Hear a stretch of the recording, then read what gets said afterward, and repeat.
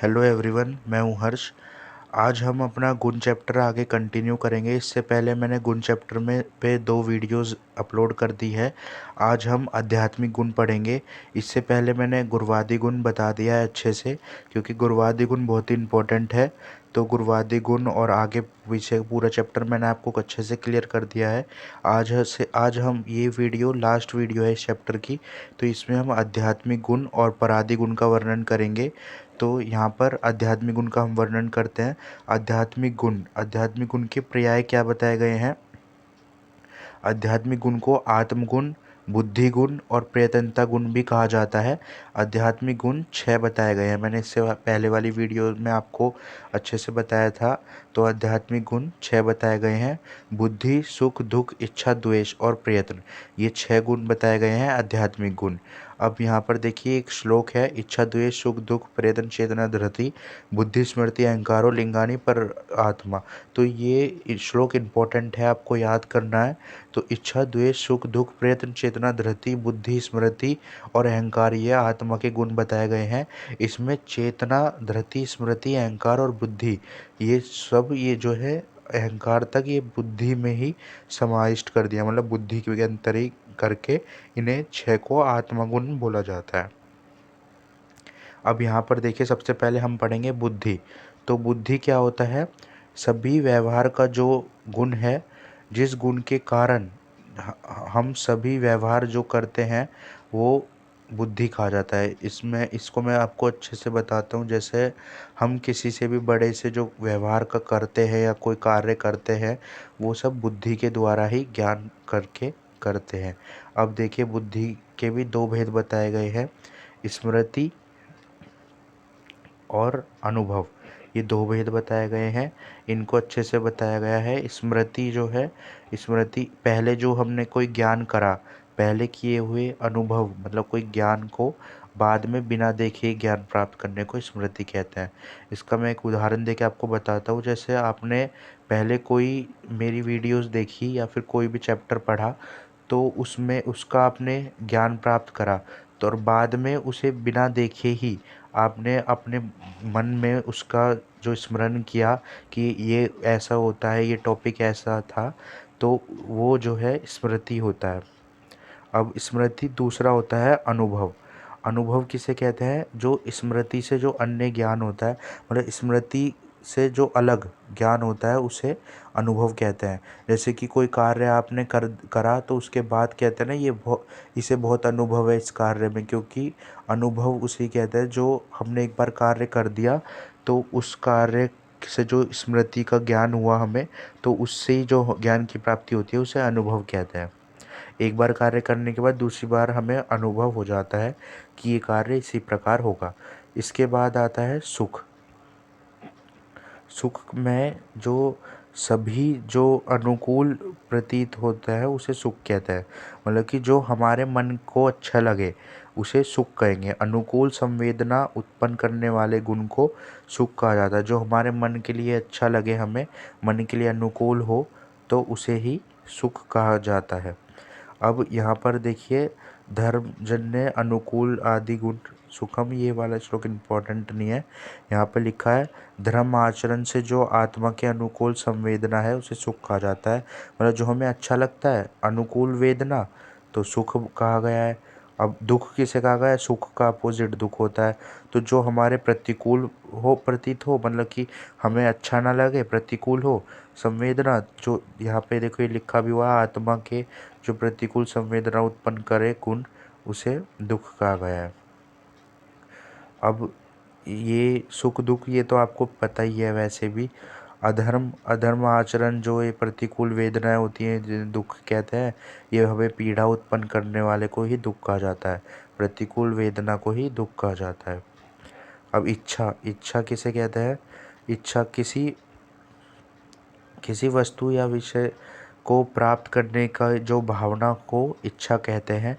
जो कोई वस्तु है, विषय है, उसको हमें प्राप्त करना है, उसको लेना है, तो उसे इच्छा कहते हैं। इसके बाद द्वेष। द्वेष किसे कहते हैं। क्रोध को ही द्वेष कहते हैं, मतलब कि क्रोध हमें होता है, उत्पन्न हो तो उसे ही द्वेष कहते हैं, जिसके कारण मनुष्य ज्वलनशील भाव, मतलब मनुष्य एक दूसरे से जलता है तो उसे ही द्वेष कहा जाता है। प्रयत्न मतलब कार्य करने या अभ्यास करने की जो चेष्टा है उसे प्रयत्न कहते हैं। हम कोई कार्य करेंगे तो उसका जो अभ्यास करेंगे तो उसकी जो चेष्टा होगी उसे प्रयत्न कहेंगे। अब यहाँ पे प्रयत्न भी दो तरीके का बताया गया है, जीवन पूर्वक प्रयत्न और इच्छा द्वेष पूर्वक प्रयत्न। मतलब जीवन पूर्वक जो जीवन के लिए किया जाए, जीवन के लिए अनिवार्य हो, और जैसे कि हमारा श्वास लेना आदि, ये सब श्वास निश्वास, ये सब कर्म जो है हमारे जीवन के लिए ज़रूरी है। और इच्छा पूर्वक, इच्छा द्वेष पूर्वक मतलब जो हम अपने लिए या दूसरों के लिए अच्छा हित के लिए, हित या अहित मतलब अच्छा या बुरा करने के लिए जो चेष्टा करते हैं मन से या शरीर से, तो उसे इच्छापूर्वक प्रयत्न कहते हैं। अब ये देखिए आध्यात्मिक गुण आपके कंप्लीट हो गए हैं। अब ये हम गुरुवादी गुण पढ़ेंगे यहाँ पर।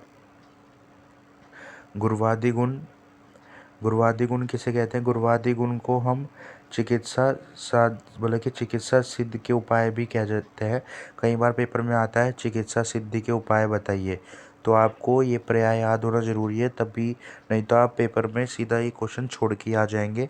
तो आपको पता होना चाहिए कि चिकित्सा सिद्धि के उपाय परादी गुण को कहते हैं। तो ये साधारण गुण भी बोलते हैं, इसे सामान्य गुण भी बोलते हैं, प्राकृतिक गुण भी बोलते हैं, चिकित्सक गुण भी बोलते हैं इसे। इनके पर्याय ये आपको याद कर लेना है। अब सबसे पहला परादी गुण जो टोटल 10 होते हैं, पर अपर युक्ति संख्या से, जो मैंने आपको पार्ट 1 वीडियो में अच्छे से बताए थे, तो उसमें सबसे पहले 2 होते हैं, पर और अपर। पर मतलब का अर्थ होता है प्रधान या श्रेष्ठ, मतलब कि जो अच्छा हो, उत्तम हो, प्रधान हो, उसे पर कहते हैं। और अपर का अर्थ होता है अप्रधान, निकृष्ट, मतलब कि जो अप्रधान मतलब अच्छा ना हो, निकृष्ट हो, बुरा हो, तो उसे अपर बोलते हैं। अब यहाँ पर चिकित्सा में महत्व बताया गया है। जो पर मतलब कि उत्तम, जो देश काल मन पाक वीर्य रस आदि से किया जाता है। अब देखिए इसका उदाहरण भी दिया हुआ है, जैसे जांगम देश जो होता है उस पर, और आनुपदेश अपर। जांगम देश है वो पर है, आनुपदेश अपर है। इसका अर्थ यह है जो जांगम देश की औषधियाँ होंगी सारी वो पर होगी। जांगम देश किसे कहते हैं? मैंने आपको पदार्थ के फर्स्ट चैप्टर में बताया था। जहाँ पर रूखा सूखा अधिक हो, पेड़ कम हो, उसे जांगम देश कहेंगे, तो उसे अच्छा माना गया है। और आनुप देश मतलब जहाँ बारिश अधिक होती हो, पेड़ पौधे अधिक हो, तो वहाँ व्याधि भी ज़्यादा उत्पन्न होती है, इसलिए उसे अपर कहा गया है। अब विसर्ग काल, 2 काल बताई गई है, विसर्ग काल और आदान काल। चरक सूत्र फर्स्ट में आपने पढ़ लिया होगा, अष्टांग हृदय फर्स्ट में भी है ये। तो विसर्ग काल जो है पर है, अच्छा माना जाता है, सर्दियों का मौसम, और जो आदान काल है वो अपर माना जाता है, अच्छा नहीं माना जाता। ऐसे ही युवावस्था को अच्छा माना जाता है। यहाँ पर देखिए तरुण, तरुण मतलब युवावस्था होती है, और वृद्धावस्था को अच्छा नहीं माना जाता, अपर होता है वो। अब चिकित्सा के लिए औषध का चयन भी पर अपर का ज्ञान कर कर ही करना चाहिए। मतलब अगर हम पर मतलब अच्छी औषधि अगर हम चयन करेंगे, चुनेंगे, तो हमारा इलाज जो होगा वो अच्छे से हो जाएगा। और अगर अपर बेकार औषधि चूज़ करेंगे तो इलाज अच्छा नहीं होता है। इसके बाद ये वाली टेबल आपको नहीं याद करनी। यहाँ पर कुरु कोष्ठ में अरंड तेल, जबकि मृदु कोष्ठ में त्रिफला देना चाहिए, ये केवल वैसे नोट लिखा हुआ है। अब यहाँ पर युक्ति, युक्ति क्या होता है? युक्ति च योजना या तो युंजते, मतलब युक्ति का अर्थ है योजना करना। जो दोष का विचार कर कर औषधि का प्रयोग किया जाता है ना, तो उसे युक्ति कहते हैं। समझ लीजिए किसी पेशेंट को कोई रोग है, तो जो वैद्य है वो अपनी युक्ति के अनुसार ही उस रोग का इलाज करेगा। तो मतलब अपने युक्ति, दिमाग लगाकर, युक्ति लगाकर ही उस औषध जो उसे देगा उसकी ऐसी योजना बनाएगा, युक्ति बनाएगा ताकि वो जो रोगी है वो रोगों से दूर हो जाए। तो इसलिए युक्ति किसे कहा गया है? दोषों का विचार करके औषध की कल्पना करना, औषध को देना युक्ति कहा गया है। स्वास्थ्य की रक्षा के लिए प्रत्यय जो है ये पथ्य अपथ्य युक्ति से ही की जाती है। युक्ति का अर्थ है संख्या। संख्या किसे कहते हैं? संख्या तो आपको पता ही होगा। एक दो तीन आदि व्यवहार का जो कारण है उसे संख्या कहा जाता है। 9 कारण द्रव्य संख्या, ये संख्या सब कारण द्रव्य वगैरह संख्या से ही बताए गए हैं। व्याधि के भेद भी संख्या का महत्व होता है। व्याधि के भेदों को बताने के लिए भी काश के 5 भेद है, श्वास के 5 भेद है, प्रमेय के 20 भेद हैं, तो ये सब संख्या द्वारा ही हम बता सकते हैं। औषधि का जो मान है, मान मतलब कि औषधि को नापा जो जाता है वो भी संख्या के आधार पर ही जाता है। जैसे मॉडर्न में भी देखो 250 mg की गोली या 1000 mg, तो वो सब संख्या के आधार पर ही नापा जाता है। संयोग, संयोग मतलब योग, योग से है संयोग उच्चते। संयोग तो आपको पता ही है, कई बार आपने पढ़ा भी है। द्रव्यों का आपस में मिलने को ही संयोग कहा जाता है। संयोग 3 प्रकार का होता है: द्वंद्वकर्मज, सर्वकर्मज, एककर्मज। तीनों संयोग, ये तीनों संयोग होते हैं। संयोग अनित्य होता है। अब ये संयोग को एक एक करके बताएंगे हम। द्वैकर्मज क्या होता है, सर्वकर्मज क्या होता है और एककर्मज क्या होता है। सबसे पहले द्वंद्वकर्म जो संयोग होता है वो होता है जिसमें दोनों द्रव्य जो है आपस में मिलते हैं और दोनों क्रियाशील होते हैं। इसका मतलब ये है कि जैसे कि दो द्रव्य है तो वो आपस में दोनों क्रियाशील हों तो उसे द्वंद्वकर्मज बोला जाता है। इसका उदाहरण देके आप, उदाहरण से आप बहुत अच्छे से समझ जाएंगे। जैसे दो भेड़ है, वो आपस में लड़ते समय उनका संयोग हुआ, उनके सींग आपस में लड़ते समय मिले तो दोनों द्वंद्वकर्मज संयोग है, क्योंकि दोनों क्रियाशील है, दोनों की क्रिया हो रही है। स्वरकर्मज किसे कहेंगे? जैसे स्वरकर्मज उसे कहेंगे संयोग जिसमें दो से अधिक द्रव्य आपस में मिलेंगे और सभी क्रियाशील होंगे। जिसमें दो से अधिक मिलेंगे और सभी क्रियाशील होंगे। जैसे कि एक बर्तन में चावल डाले जाते हैं तो चावल की अपनी अलग क्रिया और बर्तन की अलग क्रिया, तो दोनों क्रियाशील है पर जो है बहुत ही अधिक द्रव्य है, चावल बहुत अधिक है, तो इसमें दोनों का जब संयोग होगा तो सर्वकर्मज होता है ये। इसके बाद यहाँ पर एक कर्मज, एक कर्मज संयोग में जो होगा एक द्रव्य क्रियाशील होगा और एक क्रियाहीन होगा। मतलब एक में तो क्रिया होगी पर एक में क्रिया नहीं होगी। जैसे वृक्ष जो है स्थिर है, उसमें क्रिया नहीं होती, एक जगह ही रहता है, और उस पर कौवा आकर बैठ जाए तो कौवा की क्रिया होती है, और जो वृक्ष है उसमें वो स्थिर है, उसमें क्रिया नहीं होती, तो एक क्रियाशील हो गया, एक क्रियाहीन हो गया। तो इसी को ही हम एक कर्मज कहते हैं। अब इसके बाद यहाँ पर विभाग, संयोग हमने देख लिया। विभाग क्या होता है? वस्तु, संयोग क्या होता है? तो वस्तु को जोड़ना। विभाग होता है वस्तुओं को अलग अलग करना, किसी वस्तु को अलग अलग करना। तो संयोग से अलग जो होता है विरुद्ध गुण विभाग कहलाया जाता है। ये एक एक वस्तुओं में कितनी मात्रा, मतलब कि जानना चाहिए हमें मात्रा, वो विभाग द्वारा ही जाना जाता है। विभाग के भी 3 भेद होते हैं: द्वंद्वकर्मज, सर्वकर्मज और एककर्मज। ये विभाग के भेद बताए गए हैं। ठीक है। अब यहाँ पर देखिए जो विभाग के भेद है इनको देखते हैं हम। जो द्वंद्वकर्मज है, द्वंद्वकर्मज विभाग किसे कहते हैं? जिसमें दो द्रव्य एक दूसरे से अलग अलग होते हैं। इसमें दोनों द्रव्य क्रियाशील होते हैं। जैसे दो भेड़ आपस में अलग अलग होने को द्वंद्वकर्मज कहते हैं। समझ लीजिए जो दोनों भेड़ संयोग में लड़ रही थी तो विभाग में दोनों अलग अलग हो गई तो उसे द्वंद्वकर्मज कहेंगे। इसमें जो है दोनों क्रियाशील हो गए, मतलब क्रिया युक्त हो गए। सरकर्मज में क्या होगा? सभी क्रियाशील हो गए और सभी का विभाग होगा।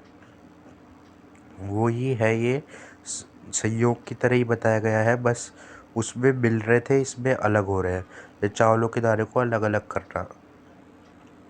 अब यहाँ पर देखिए एक कर्मज, एक कर्मज जो क्रियाशील, एक क्रियाशील और एक क्रियाहीन का विभाग होना, मतलब कि स्थिर वृक्ष से कौवे का उड़ना। इसके बाद पृथक तत्व, पृथक तत्व किसे कहते हैं? पृथक तत्व कहते हैं जो संयोग नहीं होता, इसमें केवल भिन्नता प्रकट होता है। इसमें संयोग नहीं होता, मतलब कि जैसे पृथक तत्व मैं आपको उदाहरण से बताता हूँ। जैसे पेड़ और जल, तो ये दोनों अलग अलग है। देखो यहाँ पे लिखा भी हुआ है, पेड़ और जल दोनों अलग अलग है, तो दोनों में कोई समानता है ही नहीं, तो दोनों पृथक तत्व माने जाते हैं क्योंकि दोनों के गुण अलग अलग है। अब ये भी तीन तरह के होते हैं, अयोग, विलक्षण और अनेकांत। जो एक द्रव्य से दूसरे द्रव्य में जो जा सके उस गुण को पृथक तत्व कहते हैं, मतलब कि एक द्रव्य से दूसरे द्रव्य को अलग कर सके, उसे पृथक तत्व कहते हैं। अब उसके तीन भेदों का भी यहाँ पर अच्छे से वर्णन किया हुआ है। जैसे संयोग पृथक तत्व, संयोग क्या होता है, दो वस्तुओं का कभी संयोग हो ही नहीं सकता जिनका, जैसे कि मरु पर्वत का हिमालय पर्वत से, वो दोनों अलग हमेशा थे। त्वचा विकार का अस्थि विकार से। यहाँ पे अब विलक्षण पृथक तत्व की बात की गई है। विलक्षण मतलब कि विजातीय जो द्रव्य है उनकी बात की गई है।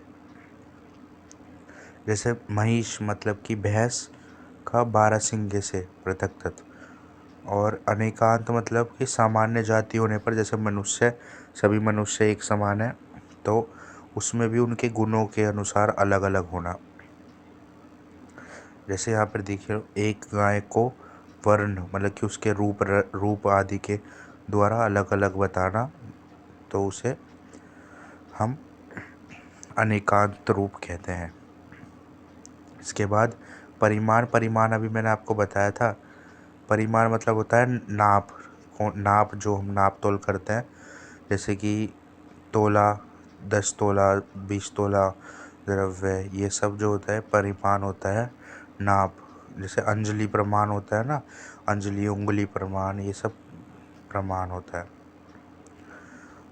अब यहाँ पर ये देखिए, प्रमाण जो है 4 भेद माने गए हैं, अनु, दीर्घ, महत और ह्रस्व, ये माने गए हैं।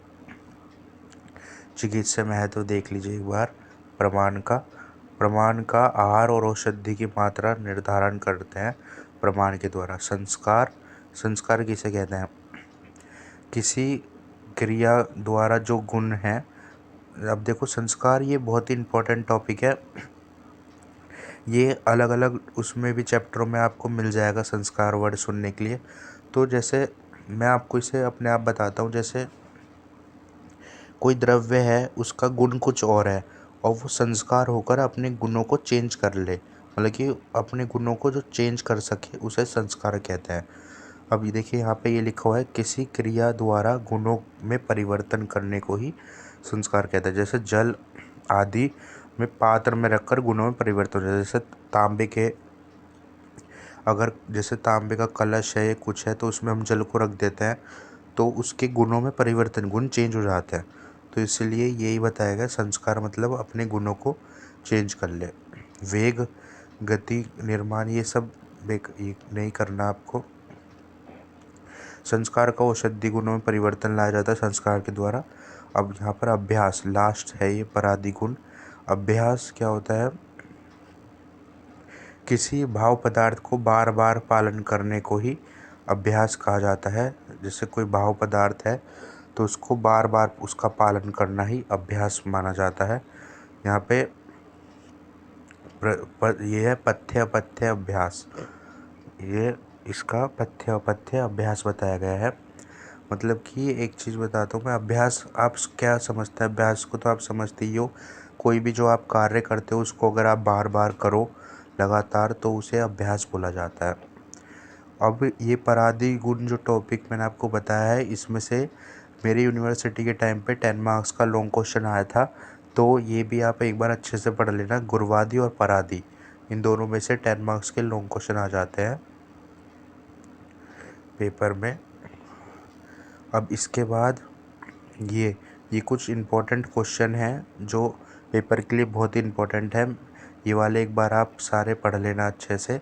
जैसे गुण की निरुक्ति क्या है, गुण का वैशेषिक दर्शन के अनुसार लक्षण लिखें, चरक संहिता के अनुसार गुणों के लक्षण लिखें, विभिन्न मत अनुसार गुणों की संख्या लिखें और गुण के भेदों का विस्तार से वर्णन करें।